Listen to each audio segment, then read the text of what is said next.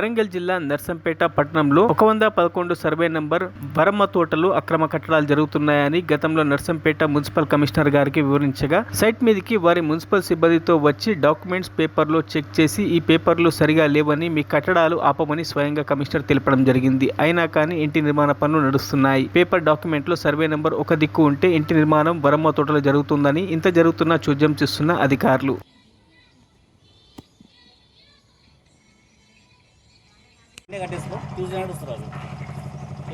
అది ఏ రోజు వచ్చినా మాత్రం అప్పటిదాకా పని ఆపడతారు.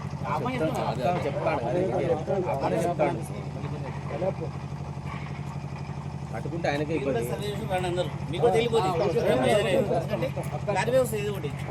ఆయన జాగా.